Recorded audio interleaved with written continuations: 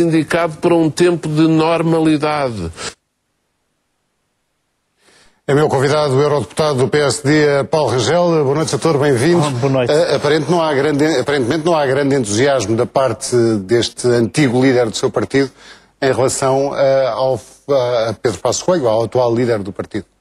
Pois, talvez seja uma leitura possível desta Estava a perguntar qual é a sua. A minha leitura sobre essa leitura? A sua leitura sobre se Rui Rio fosse o presidente do partido. Eu acho que isso é uma questão que neste momento não se põe e não se deve pôr. Portanto, neste momento existe uma liderança eleita, a liderança está a fazer o seu caminho, tem feito, julgo eu, com uma aceitação francamente evidente no partido e, portanto, não faz sentido estar agora a hipotizar ou especular neste momento, é a minha opinião. E faz sentido pedir a dissolução da Assembleia da República, como fez outro ex-líder do seu partido? Também eu acho que não faz, especialmente pedi-la por iniciativa do Presidente da República, sem que isso seja marcado por qualquer outro partido. Mas, pelo que eu percebi, era apenas um comentário político à situação. Portanto, não era propriamente um pedido, era uma análise do que achava que ia acontecer. Achava que provavelmente iria haver muitas moções de censura, ou várias, que mesmo que não tivessem resultado, teriam como efeito que o Presidente devia tirar, no fundo, um somatório de todas elas, a consequência da dissolução. Mas, sinceramente, parece-me que também nós não devemos centrar-nos na especulação sobre um cenário de crise política. Se ela acontecer, devemos resolvê-la. Mas não devemos estar a centrar-nos sobre cenários de crise política. Seja como for, a estabilidade de que se fala, Sr. Doutor, nós vivemos nessa estabilidade neste momento. Nós vivemos uma situação de alguma incerteza. Ou seja, a instabilidade não está já instalada. Repare, quando há um governo minoritário há sempre menos estabilidade que quando há um governo maioritário. Portanto, eu não diria que a instabilidade está instalada, eu diria que os fatores de incerteza sobre a situação portuguesa são de tal ordem que isso de facto fomenta alguma instabilidade. Portanto, não propriamente pela situação do governo, mas por um conjunto de circunstâncias designadamente externas e que têm a ver com uma situação que essa sim é responsável do governo, que é o Estado a que chegou o nosso endividamento e o Estado a que chegaram as nossas finanças públicas. E como é que a Europa tem acompanhado esta degradação das nossas finanças públicas? Eu penso que neste momento a Europa está a olhar com muita preocupação para a situação portuguesa. Eu diria que se a Europa, a dada altura, teve aqui um juízo de algum alívio durante algum tempo, porque houve a esperança de que se iria resolver a questão de fundo de estabilização e que Portugal poderia aguardar até 24, 25 de março, até à cimeira, a evolução que têm tido as taxas de juros, seja a 10 anos, seja especialmente a 5, e a convergência das taxas de 5 com 10, todas na casa dos 7%, eu julgo que isso está a acelerar a consciência entre os governos europeus de que vai ser preciso uma intervenção em Portugal. A questão é saber se é uma intervenção clássica, como foi feita na Grécia e na Irlanda, que eu julgo que é indesejável, mas enfim é uma possibilidade. Uma intervenção clássica por parte do FMI ou está a falar do... Quer dizer, o clássico eu diria a repetir o modelo que é o FMI mais Fundo Europeu, que eu julgo que é indesejável por isto. Porque repare, neste momento o que acontece é que o juro que está a pagar a Grécia é de 5%, o juro que está a pagar a Irlanda é de 5,8%, quase 6%, e isto é insustentável. Não é por acaso que os valores dos juros para estas economias não descem no mercado secundário, continuam, ou nos chamados CDS, Credit Default Swaps, não baixam porque as pessoas têm certeza que com um juro destes eles nunca vão pagar a dívida. E, portanto, se para Portugal se aplicasse esta receita, eu julgo que isto não resolve nada. Portanto, eu compreendo alguma obstinação no sentido de tentar evitar que a solução seja esta. Pois as pessoas estão à espera de 24 a 25 de março, da solução que daí ia resultar, para ver se ela era mais flexível e, designadamente, se vinha praticar na garantia ou no empréstimo que vai dar a Portugal uma taxa de juros mais baixa, por exemplo, como aquela que o FMI tem para a Hungria desde 2008 ou para a Letónia, que anda na casa dos 3%, que é francamente mais baixa. Mas, neste momento, eu julgo que a situação é de tal ordem que é praticamente impossível evitar uma entrada de qualquer fundo de estabilização, seja com FMI, seja sem FMI. Não sei se vamos conseguir aguentar até o dia 24, 25 de março. Portanto, o senador acha que será dentro de menos de um mês, no espaço de menos de um mês? Eu sinceramente penso que será muito difícil resistir até essa altura. Eu penso que quer o governo português, quer os governos de outros países que estão a acompanhar este fenómeno com muito cuidado, quer o Banco Central Europeu, quer a Comissão Europeia, estariam com vontade de estender o prazo até 24 e 25 de março para adotar já uma nova solução, ser já numa outra lógica, dar uma outra capacidade de respirar aos Estados ajudados, mas a situação tem-se agravado de tal maneira que eu não sei se vai ser possível esperar até essa altura.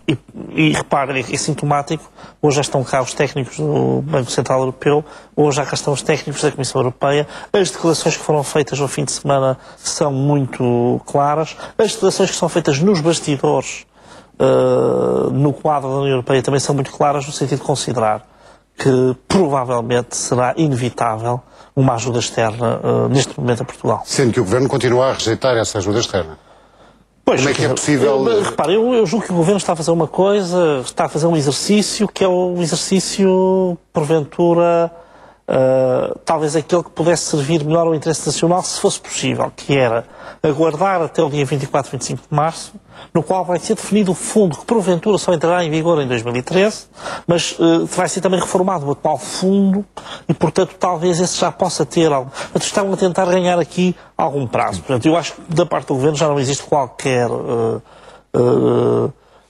esperança de evitar uma intervenção externa. Quer dizer, eu julgo que isso é impossível porque, repare, neste momento as taxas de juros estão a este valor com uma intervenção maciça do Banco Central Europeu. Portanto, quer dizer, a intervenção, mesmo com essa intervenção, elas mantêm-se nos 7%. Se não fosse essa intervenção, elas teriam disparado com certeza para mais 2, 3, 4 pontos.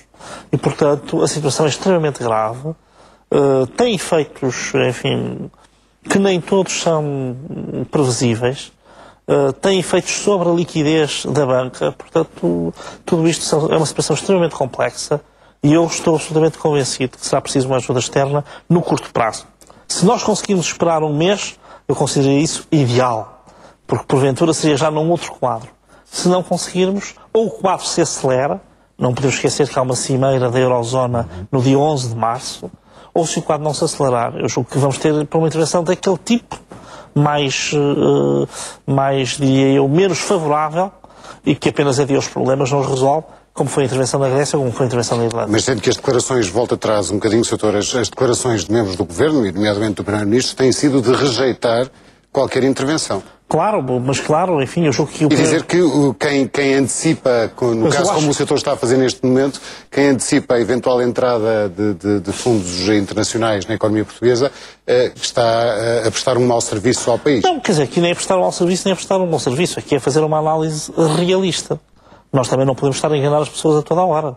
Agora, o que eu acho que aqui o Primeiro-Ministro fez de errado, se quer que lhe diga, e já há muito tempo disse isso, portanto não é a primeira vez que eu digo, embora em Portugal, hoje em dia, parece que cada vez que nós falamos é a primeira vez que falamos, portanto perdeu-se um bocadinho a memória. O que acontece é que o que eu acho que o Primeiro-Ministro fez mal foi na dramatização que fez sobre uma intervenção externa. Repare, eu acho que o Primeiro-Ministro tem razão, e o Ministro das Finanças tem razão, se acham que a intervenção, tal como foi feita na Irlanda ou na Grécia, é uma intervenção indesejável. Eu acho que eles têm razão, porque o que demonstram os números também, a evolução até das taxas de juros nesses países, é de que a intervenção externa não resolveu os problemas. Isto é, não criou confiança nos mercados internacionais por uma razão muito elementar. Se o juro a que está a ser emprestado é de 6% ou é de 5%, toda a gente acha que eles não vão conseguir pagar as dívidas, e muito menos os juros das dívidas que estão neste momento a acumular. E no caso português, se confirmar, o doutor acha que... Portanto, o que eu acho é que para nós seria realmente excelente conseguir outras condições de intervenção. Mais flexíveis, mais segmentadas, com juros mais baixos, como se adivinha que poderia ser o resultado, se quiser assim, destas cimeiras que vão agora ocorrer. Mas eu vejo a situação tão aflitiva neste momento, vejo-a tão preocupante, que tenho algum receio de que nós não consigamos chegar a 24, 25 de março e, portanto, tínhamos que ter uma intervenção externa antes e que ela se tem que fazer de acordo com regras que estão balizadas e que não são as regras que mais nos favoreceriam. E se confirmar essa sua antecipação, Sr. Doutor, isso poderá ser, do seu ponto de vista, o clique para uma atitude política do PSD? Mais uma vez, como lhe digo, isto volta no fundo àquilo que estava a dizer. Eu acho que o Primeiro-Ministro errou do ponto de vista daquela que é a posição portuguesa e do ponto de vista daquela que é até a posição do seu partido e do seu governo, quando fez uma dramatização absoluta sobre a necessidade de ajuda externa. E por isso, de alguma forma, é evidente que não se pode deixar de ser visto como uma derrota pessoal do Primeiro-Ministro e política do Governo e do Partido Socialista a necessidade de uma ajuda externa. Porque, evidentemente, eles a consideraram de tal maneira, a diabolizaram de tal maneira que, a ocorrer, evidentemente, ela significa que toda a estratégia que gizaram é uma estratégia que falhou e, portanto, acho que, nesse caso, a própria situação política se complicará. Ou seja? Poderá haver uma crise política. Não estou a dizer que haja, mas poderá haver. Depende muito do contexto concreto em que se afirmar. Repare, se houvesse uma intervenção externa em condições bastante mais favoráveis do que aquela que ocorreu para a Grécia ou para a Irlanda, eu, conhecendo a habilidade do Primeiro-Ministro, já estou a vê-lo a montar uma operação de marketing para dizer que nós tivemos uma intervenção, mas que essa intervenção ela tem a ver com as outras e, portanto, no fundo, procurar criar aí um facto político que lhe dê um novo fogo e mais uma das suas 7 vidas. Não sei se será a 7ª, será a 6ª, enfim, mas será com certeza uma da linha final. Agora, se for uma intervenção, como eu chamei aqui, clássica, embora o termo não esteja bem utilizado, se for uma intervenção idêntica àquela que ocorreu na Irlanda ou na Grécia, eu julgo que é manifestamente uma solução que não vai resolver nada, mas que revela, no fundo, a rendição de toda uma estratégia governativa e, portanto, porventura... E como tal, do seu ponto de vista, seria o tal pretexto para que o PSD... Não sei se é um pretexto, quer dizer, eu não diria que é um pretexto. Porque a crise política está a pairar, como o setor... Não, quer dizer, a crise... Repare, quando há um governo minoritário, a crise política está sempre a pairar. Portanto, não vamos agora também dramatizar. As pessoas é que já não estão habituadas a ter governos minoritários, pelo menos com uma minoria tão longínqua da maioria absoluta. Porque quando a minoria está por 1, ou está por 2, ou está por 3, apesar de tudo, há uma certa força dos governos, como se viu no caso do engenheiro Guterres. Diferente é quando temos um governo minoritário, digamos assim, tradicional, daqueles que, no fundo, não chegam aos 100 deputados, portanto, ainda estão um bocadinho longe, precisam de 20 ou 25 para fazerem uma maioria absoluta. Portanto, nessas situações nós sabemos que isso não é mais fácil. Portanto, eu não dramatizo isso. Eu acho que quando há um governo minoritário há sempre uma iminência de uma crise. Qualquer facto não se esqueça que no tempo do Sr. Cavaco Silva e do seu governo minoritário foi uma visita aos países bálticos que esteve na origem, veja bem, portanto, a relação com a política substantiva portuguesa foi uma visita aos países bálticos da Assembleia da República que esteve na origem da crise política. Portanto, se agora, na origem da crise política, estivesse uma coisa motivada com Portugal e com a sua sustentabilidade económica e financeira, apesar de tudo, não era um pretexto, era uma razão para haver crise política. Sendo que eu estava a referir-me a isto porque ainda há bem pouco tempo o líder do seu partido disse que este ainda não era o tempo do PSD. Se há bem pouco tempo ele disse isto, no espaço de um mês passa a ser o tempo do PSD. Não, quer dizer, o que eu sempre disse, e eu julgo que o Presidente do Partido está também consciente disso, é que pode haver uma alteração radical das circunstâncias. Portanto, estamos numa situação em que isso pode ocorrer. E pode ocorrer de um momento para o outro. Pode demorar a ocorrer, pode não chegar a ocorrer, mas pode ocorrer de um momento para o outro. Eu sinceramente julgo que neste momento as coisas estão de tal maneira com feição negativa sob o ponto de vista daquela que é a situação económica e financeira do Estado português perante a União Europeia e perante os mercados internacionais, que eu julgo que uma intervenção estará iminente. Quando digo iminente, nós podemos estar a falar de um mês, mas um mês não é propriamente muito. E, portanto, com tudo o que isso pode implicar uma crise política. Não estou nenhuma a profetizá-la, mas não posso excluir esse cenário. Qual é o impacto de... Repare, não foi por acaso, quando se deu a questão da moção de censura, eu tive uma posição que julgo que mais ninguém teve. Rejeitaria liminarmente apoiar a moção de censura do Bloco de Esquerda, mas punha apenas uma reserva. Como havia uma decalagem de um mês, podia acontecer alguma coisa extraordinária nesse mês que justificasse uma alteração de posição. E quando eu disse isto, não estava a dizer isto inocentemente. Aliás, até dei um exemplo, um agravamento substancial das taxas de juros que implicasse a necessidade de uma intervenção externa. Ou outras coisas. É porque realmente nós estamos perante esse cenário. Portanto, é um cenário que está em cima da mesa. E por isso nós temos que ter em atenção que no espaço de um mês muita coisa se pode alterar.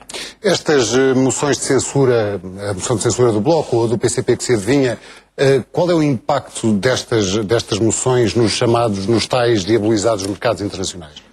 Eu sinceramente não julgo que seja uma Quer dizer, eu acho que os mercados internacionais não estão... Se fala muito na estabilidade e na mensagem que se manda lá para fora. Eu julgo que não tem grande relevância. Portanto, os mercados internacionais estão essencialmente a olhar para as variáveis macroeconómicas e para a capacidade ou não de Portugal pagar.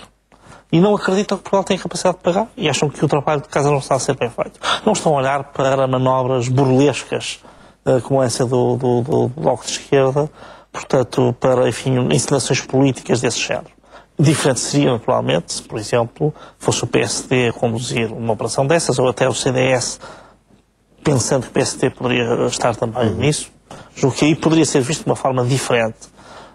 Mas, mesmo assim, aquilo que é basilar para os mercados internacionais, como, aliás, se vê, é justamente a situação económica e financeira, é a expressão da dívida, o seu volume, que é absolutamente impressionante.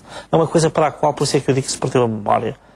Tantas vezes o PSD chamou a atenção na liderança do Dr. Manuel Ferreira Leite desde o início e foi tão castigado por isso, e em particular essa Presidente foi tão castigada, e que na verdade se verifica hoje que era uma coisa, aliás, de alguma maneira, a posição que tomaram até foi suave, tendo em conta a gravidade da situação em que nós nos encontramos hoje. Muito bem, deputado Paulo Rangel, obrigado por ter estado na edição das 10. Boa noite. Eu que agradeço. Muito obrigado.